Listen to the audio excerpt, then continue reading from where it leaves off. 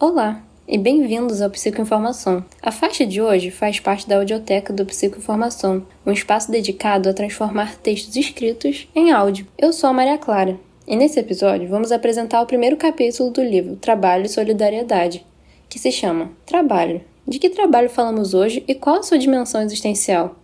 E isso tudo é obra do autor Odair Furtado. Vamos lá?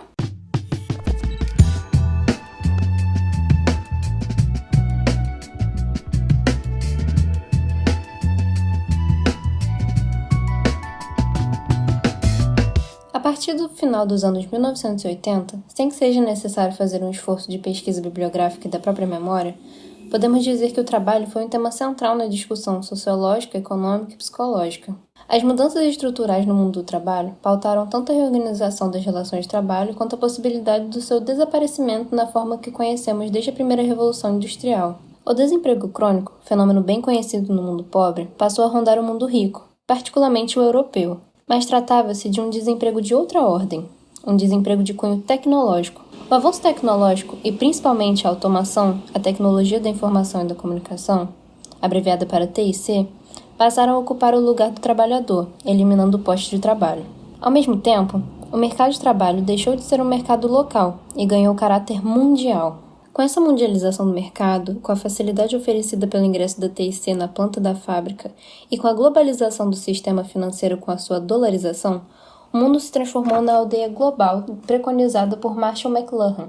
Certamente, McLuhan não sonhava com um mundo tão conectado como o atual, com seus Skypes, Messages, e-mails, Twitters e toda sorte de produtos de conexão instantânea em qualquer canto do planeta. Mas essa é a base tecnológica para a realização da sua profecia.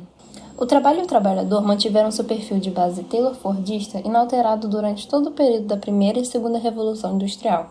As fábricas da década de 1980, que marcavam o fim dessa era, eram mais modernas que as fábricas do século XVIII, mas não eram qualitativamente diferentes. As imagens transmitidas pelas narrativas dos cronistas da época, alguns citados por Karl Marx em O Capital, eram facilmente comparadas com a dos trabalhadores em uma moderna fábrica de 30 anos atrás. Os trabalhadores nas tecelagens inglesas do século XIX, ou o operário interpretado por Charlie Chaplin no seu clássico Tempos Modernos, ou um operário numa montadora em São Bernardo do Campo em 1970, polo industrial do estado de São Paulo, mantinham grandes semelhanças. Nada parecido a uma linha de produção dessa mesma montadora hoje, completamente automatizada com seus robôs trabalhando no lugar dos operários. Mas é possível falar em trabalho quando nos referimos à ação dessas máquinas? O fato de serem máquinas inteligentes, no sentido dado por Norbert Wiener, criador da cibernética, nos permite compará-las com os operários das antigas fábricas, muitas funcionando da mesma forma ainda hoje? Será o robô uma extensão humana, como é uma alavanca? Arquimedes falava: "Dê-me uma alavanca e um ponto de apoio, e eu moverei o mundo." Era aqui que chegaríamos? Trata-se de uma questão que nos remete à própria condição de existência do ser humano. E desse ponto de vista, não é uma questão nova. Essa discussão foi aberta muito antes do próprio advento da automação da linha de produção. Júlio Verne projetou uma ideia de futuro que constitui o imaginário de muitas gerações de jovens. O Homem de Lata, que acompanhava a personagem interpretada por Judy Garland em O Mágico de Oz, também colocava a questão em pauta. O Homem de Lata buscando um coração era uma espécie de robô avant l'alerte. Mais recentemente, Spielberg, em Inteligência Artificial, abreviado para IA, e antes dele, Ridley Scott, em Blade Runner, colocaram a questão de forma brilhante. Se as máquinas ficarem tão parecidas com os humanos, elas não se transformarão em seres humanos? A questão procede, e não é desprezível. Hoje, empresas japonesas, mas não somente elas, estão muito próximas da fabricação de robôs com feições humanas e habilidades para realizar o trabalho doméstico. É a previsão do filme Blade Runner, que tem como centro da trama uma empresa, a Tyrell Corporation, que fabrica androides, robôs com características humanas, cada vez mais poderosos e com mais recursos. Mas a questão existencial colocada pelos dois filmes, Blade Runner e IA, é a que mais nos toca. A adoção realizada com a compra do menino robô, em inteligência artificial, que não sabia que era robô e desejava ser filho, reproduzindo tensões existenciais típicas da adoção. Ou a cena dramática do encontro do caçador de androides, Deckard, com o replicante, termo que designava o androide que quebrava a ordem imposta, no momento culminante da perseguição do policial ao robô humano, quase robô, parafraseando Veloso e Gil na música Haiti. Em alguns momentos, o espectador passa por uma situação curiosa assistindo tanto Blade Runner quanto a inteligência artificial.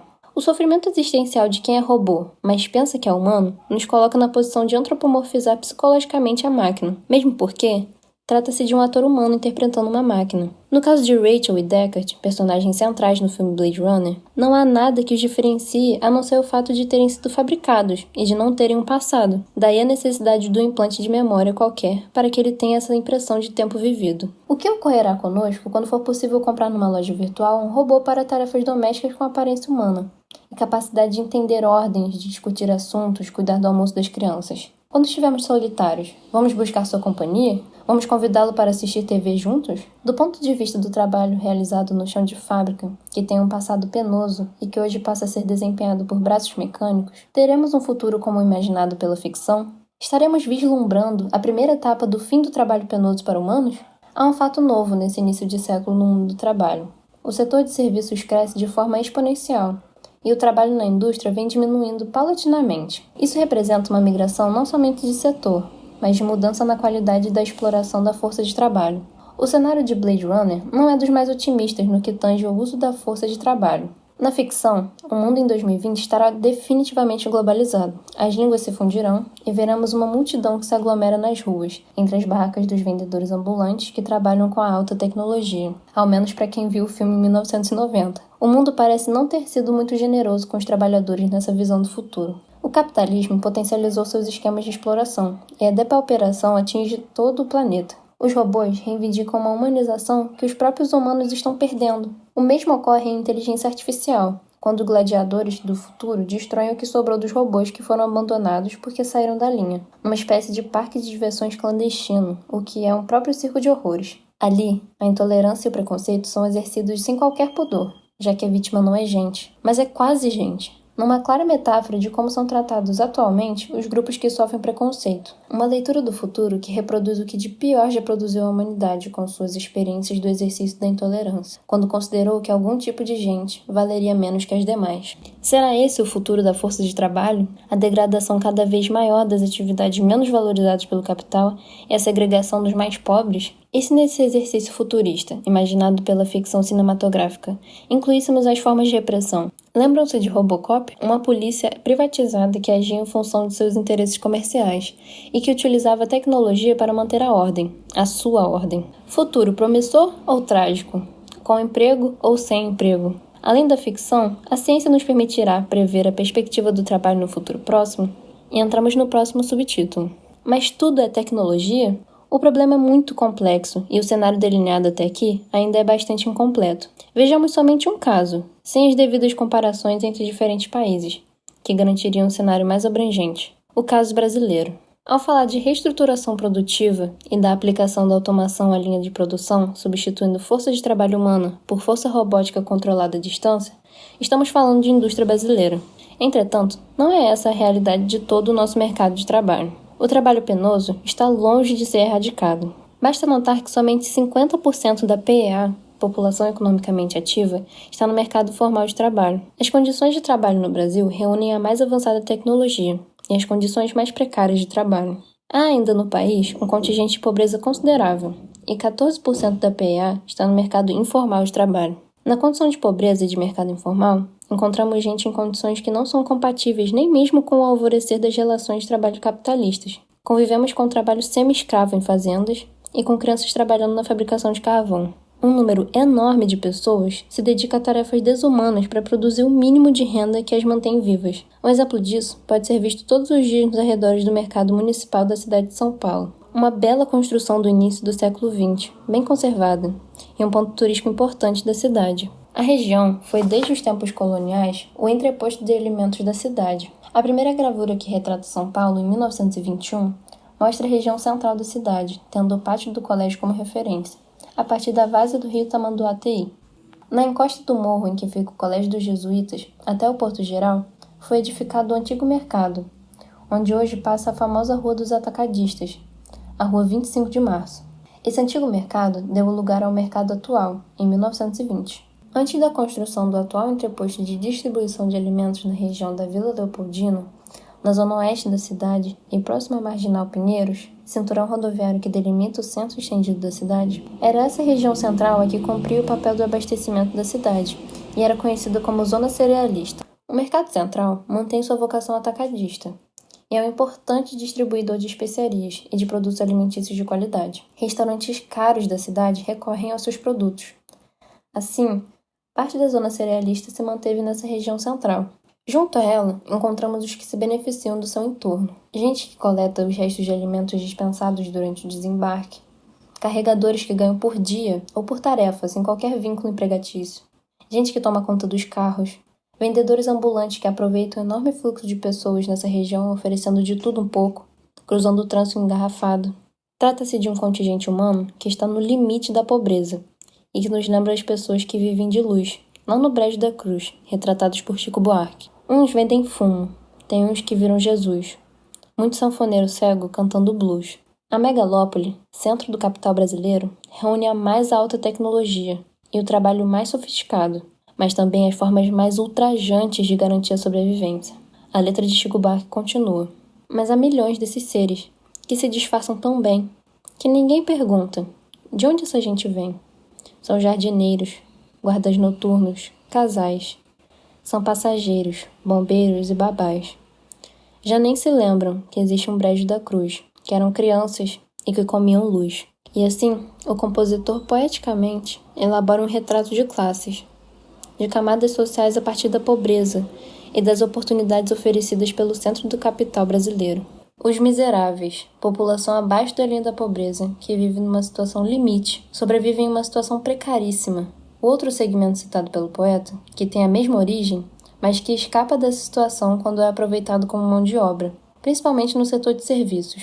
O esquecimento da sua origem, do Brejo da Cruz, é uma metáfora para a construção de uma dimensão subjetiva que nos posiciona no espectro social. Quando aquele que veio do Brejo da Cruz passa a ser um de nós, quem somos nós? E vamos entrar no próximo subtítulo. O que é ser brasileiro? Cenário da constituição da nossa identidade. As perguntas nos levam a pensar a própria formação do povo brasileiro e a sua configuração em classes sociais. Sabemos genericamente que somos um país com um imenso contingente de pessoas pobres, que há um acúmulo desproporcional de riqueza entre os mais ricos e uma péssima distribuição de renda. A sociologia e a antropologia estudaram profundamente esse fenômeno a partir de clássicos como Casa Grande e Senzala, de Gilberto Freire, e Raízes do Brasil, de Sérgio Buarque de Holanda. E eles tiveram muitos seguidores e continuadores. A questão é o que somos agora, no início do século XXI, como se configura a dimensão subjetiva da nossa realidade. Precisamos dessa resposta para discutir o trabalho e solidariedade. E não há como fazer essa discussão genericamente, abstratamente, porque há um sujeito que trabalha. O trabalho se realiza em um determinado lugar, em uma determinada condição histórica. O crescimento econômico recente do país retirou mais de 20 milhões de pessoas da linha de pobreza. De acordo com Neri, que avalia a estratificação de classes no Brasil a partir da renda familiar e de indicadores de consumo de qualidade de vida, considerando a população ativa entre 15 e 60 anos de idade, houve crescimento da classe C e das classes A e B, e diminuição das classes D e E, no período que vai de 2004 a 2008, considerando inclusive o período pós-crise do sistema financeiro americano. A classe C atinge em dezembro de 2008 o patamar de 53,8% do total de brasileiros. Esse fenômeno, que pela primeira vez ocorre no Brasil, levou Neri a denominá-lo a nova classe média brasileira. Neri denomina assim esse segmento pelo fato de que ele passa a ser, ao menos em parte, um novo contingente de consumidores que vão além da cesta básica. Compram computadores, casa, carro e utilizam crédito e serviço, e sustentam a produção de bens e consumo de forma consciente, transformando-se em foco de interesse para os agentes do mercado brasileiro e de outras partes do mundo. A presença do capital espanhol, português e mexicano, Telefônica, Portugal Telecom e Telmex, investe exatamente no crescimento desse segmento. Estruturalmente, a economia brasileira se aproxima do padrão europeu, particularmente das características econômicas da Itália e da Espanha. Isso pode significar uma distribuição de renda mais equitativa, apontando para a diminuição das classes D e E, significando o fim do extrato que hoje vive abaixo da linha da pobreza em nosso país. É esse fenômeno de crescimento que os economistas apontam e suas características peculiares levam um segmento importante da população a uma situação de protagonistas do fenômeno que o sociólogo Jesse de Souza analisa em Os Batalhadores Brasileiros. Antes de mais nada, Souza critica a própria categorização do segmento, classe A, B, C, D e E, para melhor situar sua discussão sobre a perspectiva do que Neri chama de nova classe média.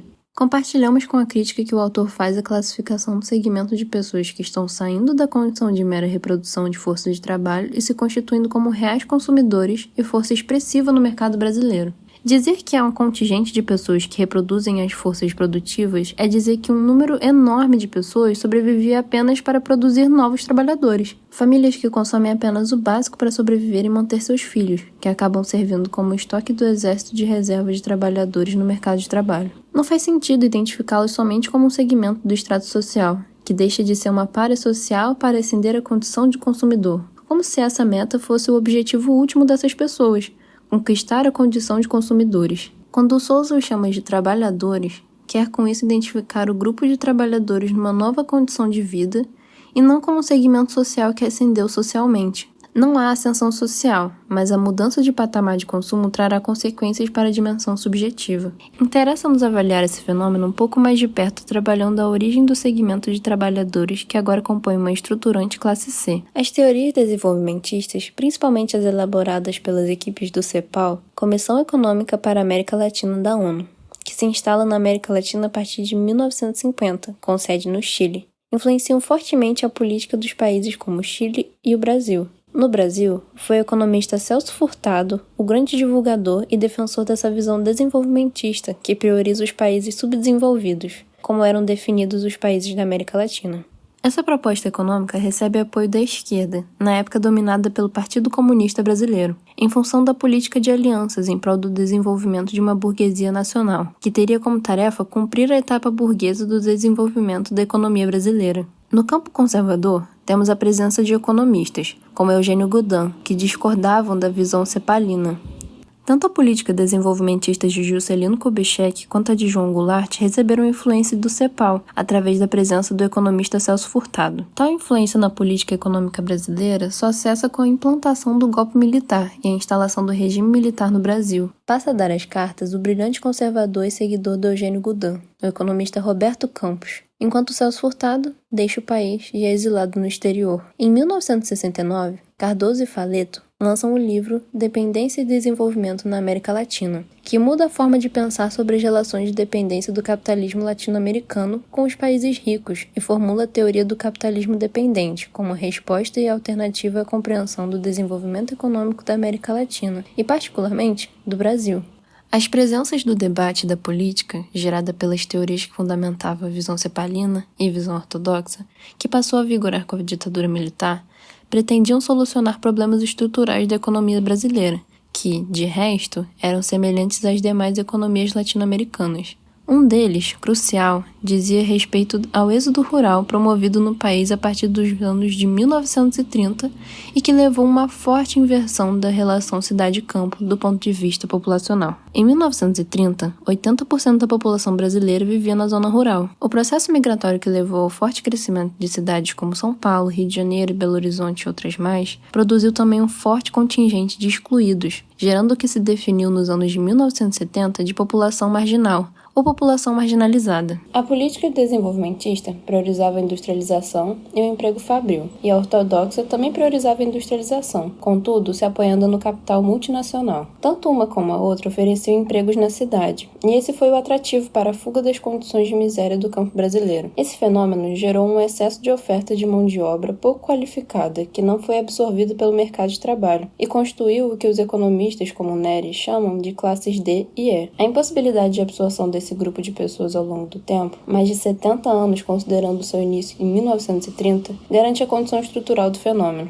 Obras como a de Cardoso e Faleto ajudam a compreender o fenômeno e a escapar da visão cepalina, e obras de cunho sociológico, como as de Maria Célia Paoli, ajudam a compreender o fenômeno na época chamado de população marginal ou marginalizada. Apesar disso, não há repercussão na vida do país em função da total ausência de debate sobre o assunto, impedido pelo regime ditatorial que vivíamos na época, e a discussão é de cunho estritamente acadêmico. Mesmo assim, de forma precária, já que os professores como o próprio Fernando Henrique Cardoso, Florestan Fernandes, Ottaviani e entre outros, estavam compulsoriamente aposentados, forma de expulsá-los das universidades, e alguns deles exilados em outros países. Assim, toda essa produção científica de qualidade não era aproveitada para a produção de políticas públicas que visassem a resolução do problema, que foi empurrado até os dias de hoje. Chegamos à última década do século XX, com 36 milhões de pessoas abaixo da linha de pobreza de uma população geral de 160 milhões de pessoas. Somente com a redemocratização do país e a sua reorganização política, voltamos a discutir de forma articulada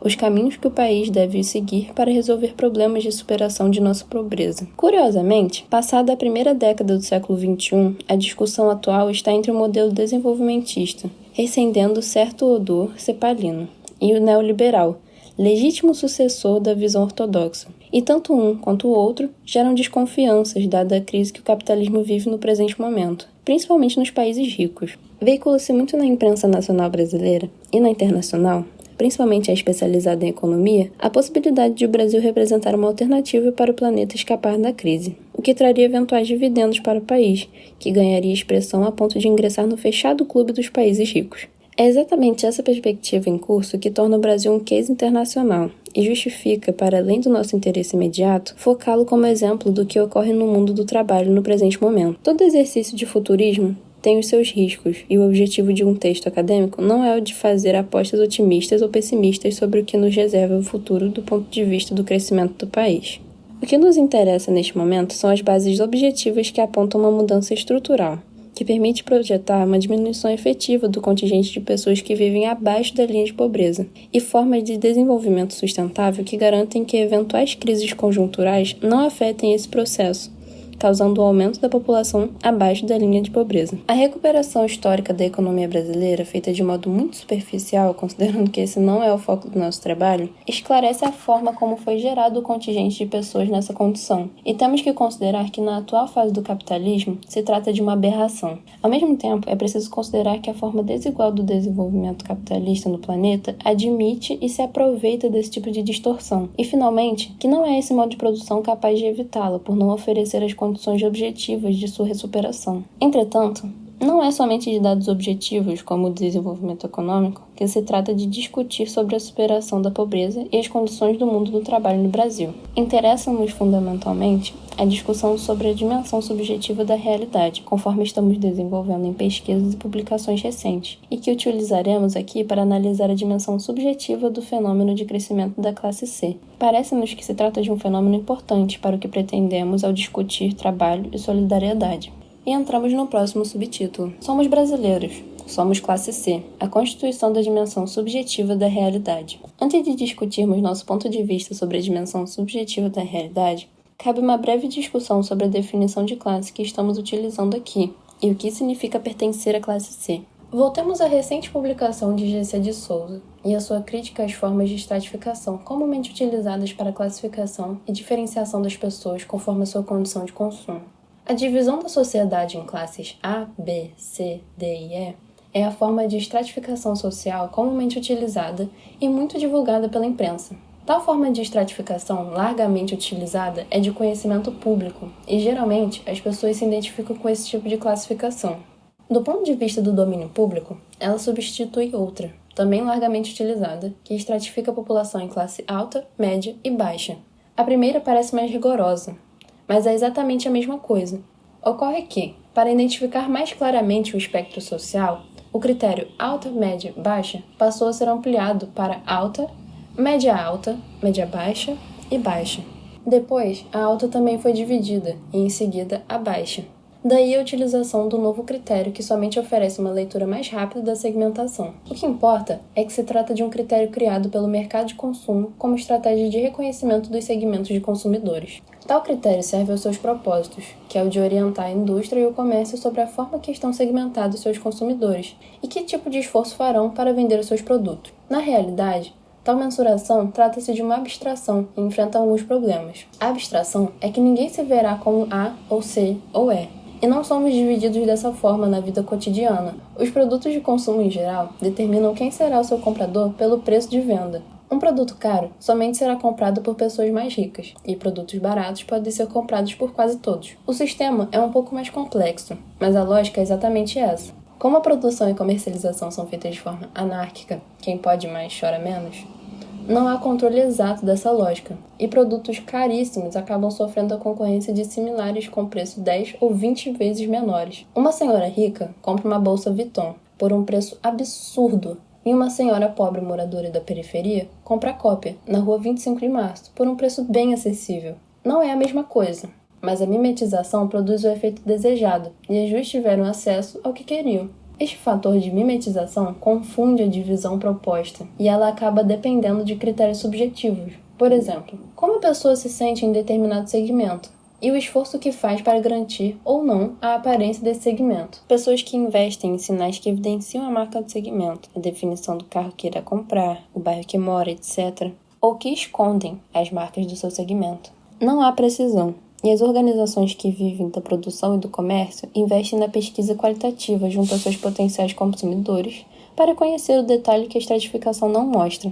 No exemplo citado, da Bolsa Vuitton e sua cópia, há um estranhamento nos dois casos que reflete a condição dos fetiches da mercadoria. O descolamento de valor de uso e a constituição de um valor abstrato, descolado das condições materiais, concretas e de produção, atribuem um valor de troca exagerado, no caso do produto original, que demarca um campo de distinção e exclusividade de seu possuidor. A cópia, por sua vez, sofre o fetiche do fetiche, no qual a classe menos privilegiada procura mimetizar o fetiche da classe dominante. Outro problema da estratificação é que ela não posiciona o segmento conforme a sua situação real, na vida concreta. Quando se diz que agora sou classe C, ou a nova classe média, isso significa exatamente o que para mim? Recebo um diploma de ingressante do novo segmento? Chega uma correspondência me avisando da minha nova posição? E se me dou conta disso, porque fiz o teste preparado pela revista semanal e descubro que, pelo resultado, sou agora integrante da nova classe média, isso significa uma distinção? Bourdieu aborda muito bem essa questão ao avaliar o processo de diferenciação social. E a questão de fundo é que as classes não se diferenciam por uma simples distribuição estatística, mas pela sua real inserção no processo produtivo. Tal inserção se dá pelo aspecto econômico, objetivamente, mas também pelos aspectos simbólicos, subjetivos, que constituem a forma de identidade cultural que garante uma determinada apropriação do mundo. A escala de valores se distribui de forma desigual, através de processos ideológicos e da forma concreta de distribuição da riqueza e da pobreza.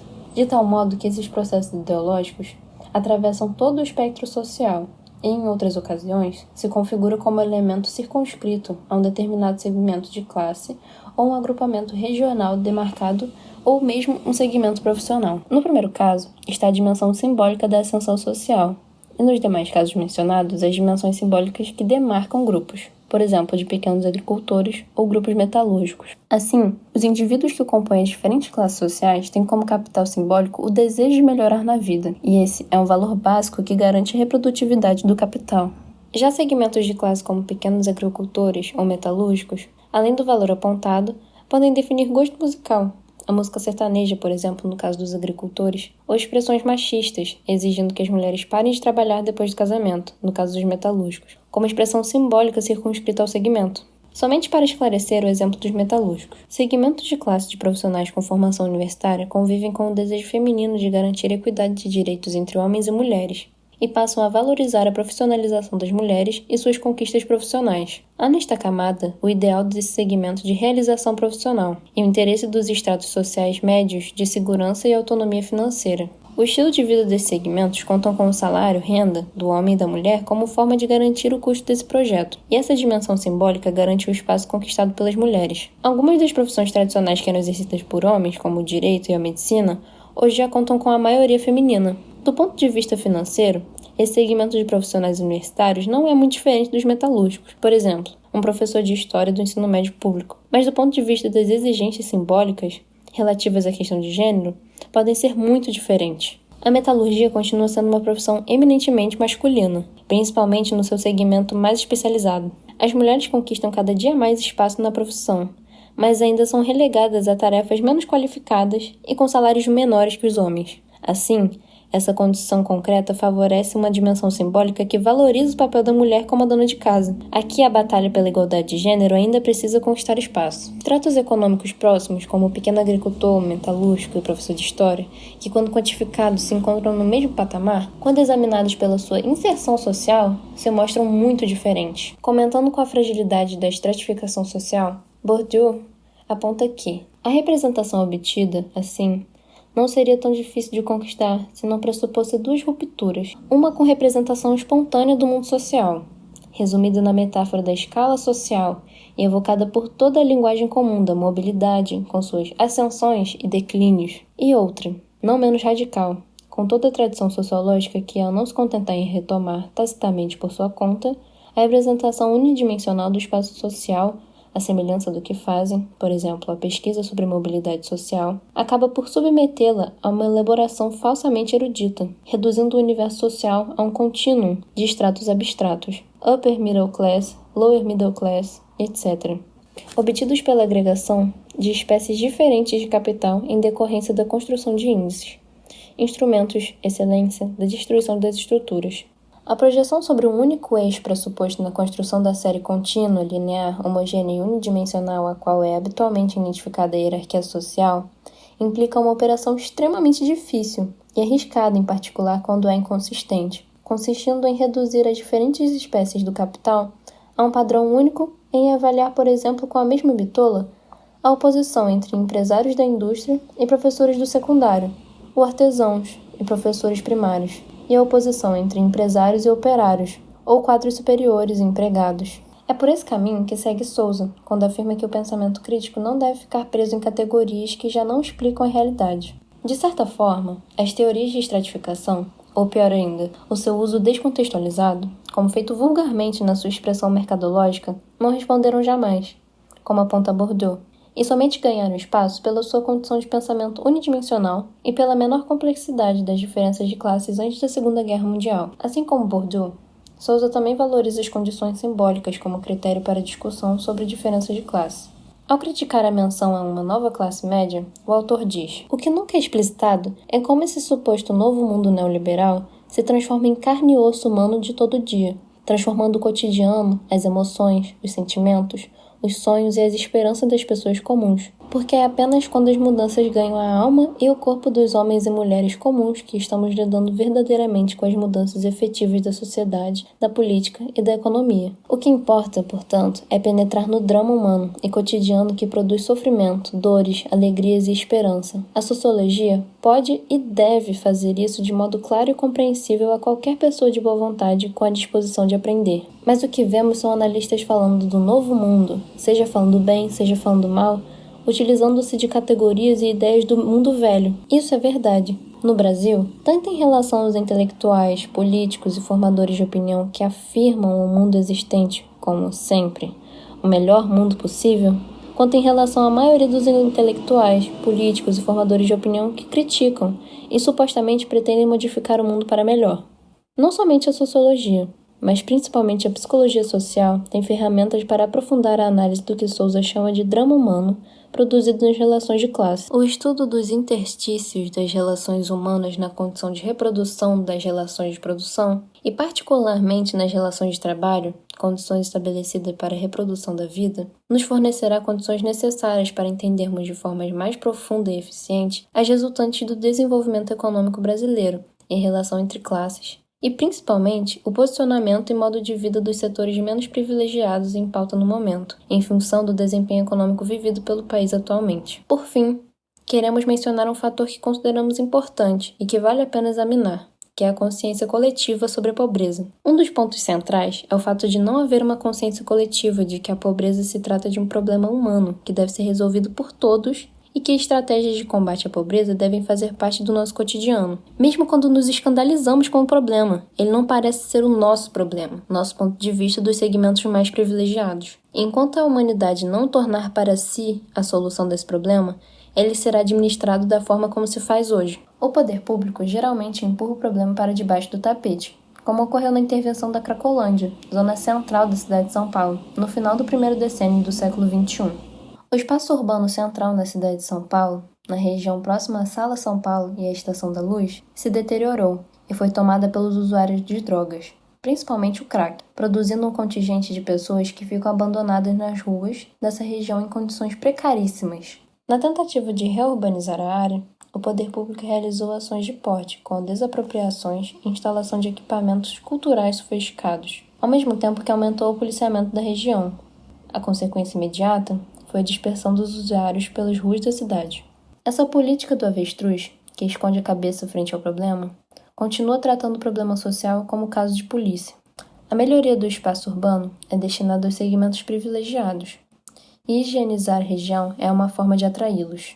A Sala São Paulo de Música Erudita é espaço sofisticadíssimo e frequentado pela elite paulistana. A antiga rodoviária, monumento kit da cidade e hoje shopping popular, foi demolida e no lugar será construído um belo jardim e um teatro destinado a um espetáculo de balé. Cercando a Cracolândia, temos o Museu da Língua Portuguesa, a Pinacoteca, a Sala São Paulo e o Novo Teatro, fechando um círculo na região que estrangulará o espaço de sociabilidade marginal produzido pelos usuários do crack. Estes continuarão consumindo a droga. Os traficantes continuarão comercializando. Os pequenos furtos como forma de gerar dinheiro para consumir a droga continuarão ocorrendo. Essas pessoas continuarão morrendo abandonadas, mas em outro ponto da cidade, provavelmente no bairro vizinho, embaixo dos pontilhões e do elevado que corta essa região da cidade. Isso exige policiamento constante, o qual afugenta os pequenos traficantes e os usuários que se espalham pela região adjacente, ficando menos visíveis. Para quem olha a região da Cracolândia,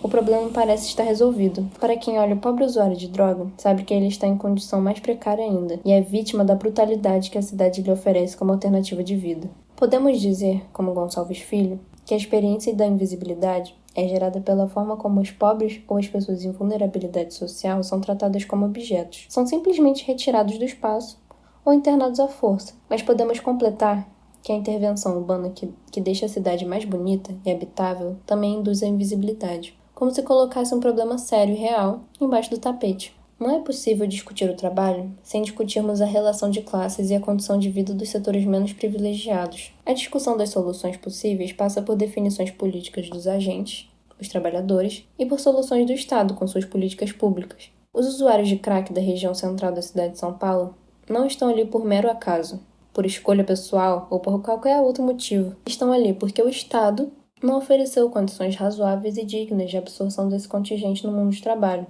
e porque a exploração do espaço urbano pelo capital descartou a região, relegando-a à condição de entulho urbano descartável, uma região morta e abandonada que deve ser evitada.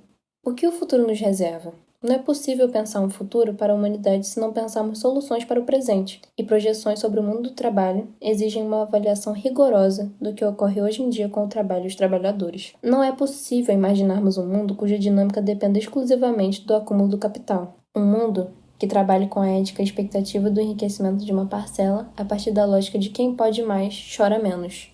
Trabalho, desenvolvimento, pobreza, solidariedade, competitividade, economia solidária, crescimento econômico. Muitas contraposições cuja origem é a contradição básica do capitalismo, a divisão da sociedade em classes sociais. Pensar a relação trabalho e solidariedade implica a compreensão da miríade de determinações que compõem a realidade. As dimensões subjetivas da realidade são produzidas na confrontação desses fenômenos da vida cotidiana e a partir da ação social concreta e refletida no campo simbólico, que justifica esse cotidiano e determina o lugar simbólico que ocupamos nas nossas vidas, de acordo com a posição social que nos determina. Para compreender o processo de produção da dimensão subjetiva, precisaremos compreender como se dá a relação entre a base estrutural e a superestrutura social, assim como a produção da consciência nessa relação. Mas antes, vamos entender melhor o que é o trabalho humano, base para a compreensão da relação proposta.